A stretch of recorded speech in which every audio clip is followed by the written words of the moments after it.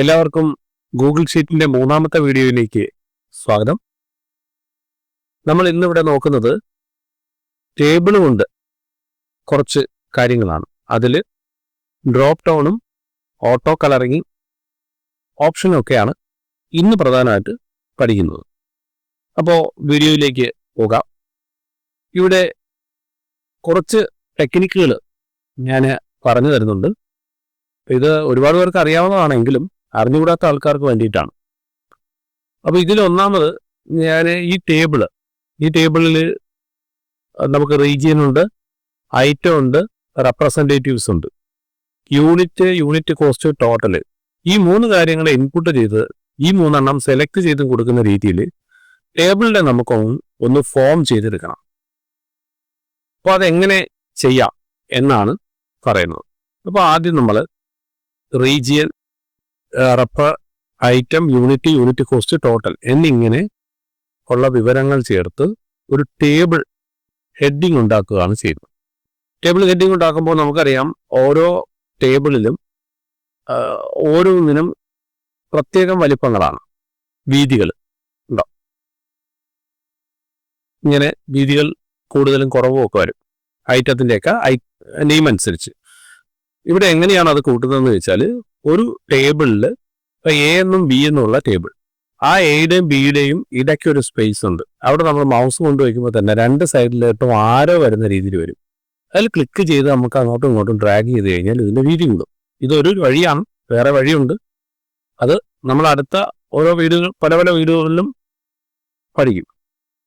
ഇനി ഇത് കൂടാതെ ഒരുമിച്ച് ചേഞ്ച് ആവണമെങ്കിൽ നമ്മൾ ഇങ്ങനെ ക്ലിക്ക് ചെയ്താൽ മതി.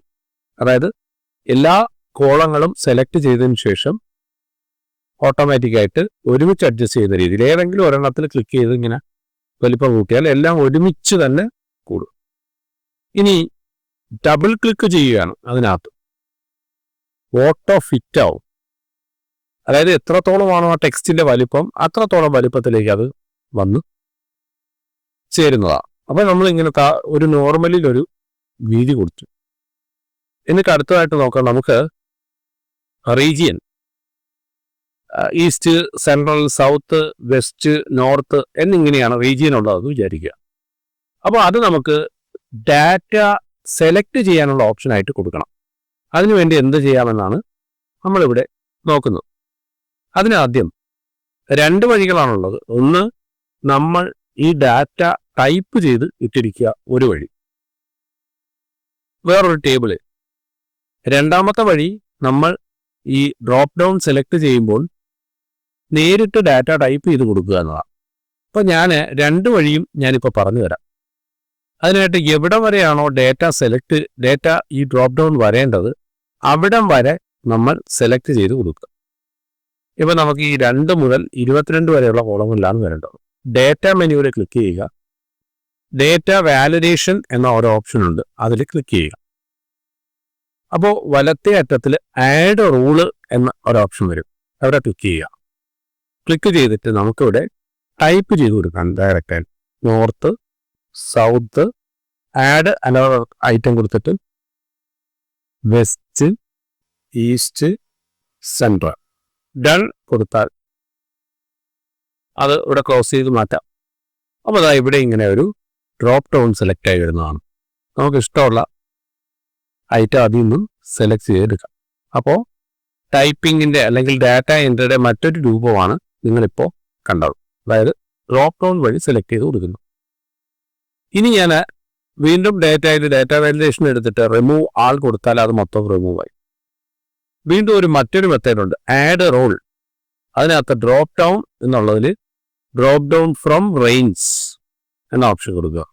എന്നിട്ട് ഞാൻ ഇവിടെ ഈ തൊട്ട് താഴെയുള്ളതിൽ ക്ലിക്ക് ചെയ്ത് റേഞ്ച് ആ ബോക്സിലും ക്ലിക്ക് ചെയ്തിട്ട് ഇവിടെയാണ് ഇത്രയും ഐറ്റമാണ് ഞാൻ സെലക്ട് ചെയ്ത് കൊടുത്തിട്ട് ഓക്കെ കൊടുക്കുന്നതെങ്കിൽ ഓട്ടോമാറ്റിക്കായിട്ട് നമുക്ക് ടൈപ്പ് ചെയ്യാതെ തന്നെ അവിടെ വരുന്നതാണ്. കണ്ടോ, ഇതിനൊരു പ്രത്യേകതയുള്ളത്, നമ്മൾ ഇവിടെ വാല്യൂ മാറ്റുന്നതനുസരിച്ച് ഡ്രോപ്പ് ഡൗണിനകത്ത് മാറിക്കൊണ്ടിരിക്കും. ഇപ്പം east, central, west, north, south, ആ ഈസ്റ്റ് മാറിയിട്ട് നമ്മൾ വേറൊരു വാല്യൂ ആണ് കൊടുക്കുന്നത്. ഇനി നമ്മൾ ഷീറ്റ് എടുത്തിട്ട് അവിടെ ടെസ്റ്റ് എന്നായി മാറും. മനസ്സിലായോ? അപ്പോൾ അങ്ങനെ വളരെ സിമ്പിളായിട്ട് നമുക്ക് ഡ്രോപ്പ് ഡൗൺ ഇവിടെ സെറ്റ് ചെയ്തെടുക്കാൻ പറ്റുന്നതാണ്. അതുപോലെ തന്നെ നമുക്ക് റെപ്രസെൻറ്റേറ്റീവ്സിൻ്റെ നെയിം, ഐറ്റം ഇതെല്ലാം നമുക്ക് ഇവിടെ സെലക്ട് ചെയ്ത് എടുക്കാൻ കഴിയുന്നതാണ്. ഇനി ഈ കാണിച്ചിരിക്കുന്ന ഡേറ്റയിൽ നിന്നും നമുക്ക് സെലക്ട് ചെയ്യാം. അപ്പോൾ അങ്ങനെ സെലക്ട് ചെയ്യുമ്പോൾ നോക്കുക, സെലക്ട് ചെയ്യുക, ആഡ് റൂൾ കൊടുക്കുക, ഡ്രോപ്പ് ഡൗൺ ഫ്രം റേഞ്ച് കൊടുക്കുക. ഈ റേഞ്ചിൽ ക്ലിക്ക് ചെയ്യുക. നമ്മൾ നേരെ ഇവിടെ വരുന്നതിന് ശേഷം റപ്പിൻ്റെ നെയിംസ് എത്രത്തോളം നെയിംസ് ഉണ്ടോ അത് റിപ്പീറ്റഡ് ഒക്കെ ഉണ്ടാവും. സെലക്ട് ചെയ്തതിന് ശേഷം ഓക്കെ കൊടുക്കുക, ഡൺ കൊടുക്കുക. ഇനി നമ്മൾ ഷീറ്റിലേക്ക് വന്നു കഴിഞ്ഞാൽ കണ്ടോ, റെപ്പറ്റീഷൻ എല്ലാം പോയി, പകരം ഈക്വൽ ഒന്നിലധികം ഉണ്ടെങ്കിൽ ഒറ്റ ആയിട്ട് അതിനെ ഡിസ്പ്ലേ ചെയ്യുന്നതാണ്. ഇങ്ങനെ നമുക്ക് സെലക്ട് ചെയ്യാം. അതുപോലെ തന്നെ ഐറ്റം സെലക്ട് ചെയ്യുക, ആഡ് റൂൾ കൊടുക്കുക, ഡ്രോപ്പ് ഡൗൺ ഫ്രം റേഞ്ച് കൊടുക്കുക, ക്ലിക്ക് ചെയ്യുക. ഇതിൽ ക്ലിക്ക് ചെയ്യുക, നമ്മൾ ഏതിൽ നിന്നാണ് എടുക്കേണ്ടത് ഇവിടെ സെലക്ട് ചെയ്ത് കൊടുക്കുക, ഓക്കെ കൊടുക്കുക, ഡൺ കൊടുക്കുക. ഇത്രയും ചെയ്ത് കഴിയുമ്പോൾ അവിടെയും അത് വന്നു കഴിഞ്ഞു. ഇനി നമുക്ക് സിമ്പിളായിട്ട് ഇങ്ങനെ ക്ലിക്ക് ചെയ്ത് സെലക്ട് ചെയ്ത് പോകാം. അപ്പോൾ ഒരു ഡേറ്റ എൻട്രി ഫോം നമുക്ക് ക്ലിക്ക് ചെയ്ത് സെലക്ട് ചെയ്ത് പോകുന്ന രീതിയിലേക്ക് നമ്മൾ സെറ്റ് ചെയ്യുന്നതാണ് ഈ ഒരു മോഡൽ. അപ്പോൾ നമ്മുടെ മുന്നിൽ ഒരു ഡേറ്റയുണ്ട്, നമ്മൾ ഡാറ്റ എൻട്രി ചെയ്ത് വെച്ചിരിക്കുന്ന ഒരു ഡേറ്റ. ഇവിടെ നമ്മളിങ്ങനെ സ്ക്രോൾ ചെയ്യുന്ന സമയത്ത്, അതായത് താഴേക്ക് സ്ക്രോൾ ചെയ്യുമ്പോൾ മുകളിലുള്ള ഹെഡിങ് എന്താണ്, ഇപ്പോൾ ഇതെന്തായിരുന്നു, ഈ കോളത്തിനുള്ള വാല്യൂ എന്തായിരുന്നു എന്ന് കാണാൻ കഴിയില്ല. അത് യൂണിറ്റ് ആണെന്ന് മുകളിലേക്ക് നോക്കിയാലേ അറിയോ. ഇത് യൂണിറ്റ് കോസ്റ്റ് ആണോ എന്ന് അറിയാൻ കഴിയില്ല. അപ്പോൾ ആ റോ മാത്രം നമുക്ക് ഫ്രീസായി നിൽക്കണമെങ്കിൽ ഇവിടെ ക്ലിക്ക് ചെയ്തതിന് ശേഷം വ്യൂ എടുക്കുക, ഫ്രീസ് എടുക്കുക, അപ് ടു റോ 1. എത്ര റോ വരെ വേണമെങ്കിലും ഫ്രീസ് കൊടുക്കാം. ഇനി നമ്മൾ സ്ക്രോൾ ചെയ്ത് കഴിഞ്ഞാൽ ആ റോ മാത്രം അവിടെ ഫ്രീസായി നിൽക്കുകയും മറ്റുള്ളത് മാത്രം മൂവ് ചെയ്യുകയും ചെയ്യും. അപ്പോൾ അങ്ങനെ നമുക്ക് ഒന്നിലധികം റോകൾ ഫ്രീസ് ചെയ്തെടുക്കാൻ പറ്റുന്നതാണ്. ഫ്രീസ് അപ് ടു 7 കൊടുത്തു കഴിഞ്ഞാൽ ആ 7 റോകൾ മാത്രം ഫ്രീസ് ആയി നിൽക്കും. ഇതാണ് ഫ്രീസ് എന്ന് പറയുന്ന ഒരു ഓപ്ഷൻ. അപ്പോൾ അതിൽ കോളങ്ങളും ഫ്രീസ് ചെയ്യിപ്പിച്ച് കൊടുക്കാം, റോകളും ഫ്രീസ് ചെയ്യിപ്പിച്ച് നമുക്ക് കൊടുക്കാവുന്നതാണ്. നോ റോ കൊടുക്കുമ്പോഴത്തേക്ക് ഫ്രീസിങ് ഒന്നും മാറും.